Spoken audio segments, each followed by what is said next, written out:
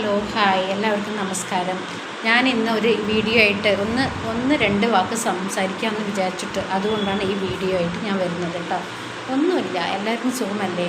അല്ല, ഞാൻ എന്താണ് പറയാൻ ഉദ്ദേശിക്കുന്നത് എന്ന് വെച്ചാൽ, നമ്മൾ മറ്റുള്ളവരുമായിട്ട് ലൈഫ് ഈസ് വെരി ഷോർട്ട് എന്ന് പറയാൻ പറ്റില്ല, ലോങ് ഉള്ള ആൾക്കാരുണ്ട്. നമ്മൾക്ക് എന്താ സംഭവിക്കുക, എപ്പോഴാണ് സംഭവിക്കുക ഒന്നും പറയാൻ സാധിക്കില്ല. അതുകൊണ്ടാണ് ഞാൻ പറയുന്നത്, life is very short.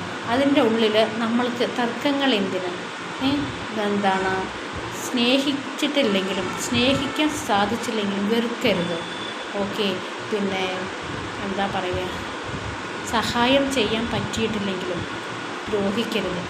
Okay, life is very short. പരസ്പരം സ്നേഹിച്ചും നമ്മളുടെ ഉള്ളിലുള്ള സ്നേഹങ്ങളും എല്ലാം വെളിയിൽ കൊണ്ടുവന്ന് എല്ലാവരോടെയും സംസാരിച്ചിട്ട് പിന്നെ സൗഹാർദ്ദത്തോടെ സന്തോഷത്തോടെ ജീവിക്കുകയല്ലേ നല്ലത്. എന്തിനാണ് ഒറ്റപ്പെടുത്തലുകളും കുത്തുവാക്കുകളും ഒറ്റപ്പെടുത്തലും മതത്തി തർക്കങ്ങളും? വയസ്സായ ആൾക്കാർ അത്രയുള്ള സന്തോഷത്തോടെ അവർ ജീവിച്ച് സന്തോഷത്തോടെ മരിക്കാനെങ്കിലും അനുവദിക്കണം.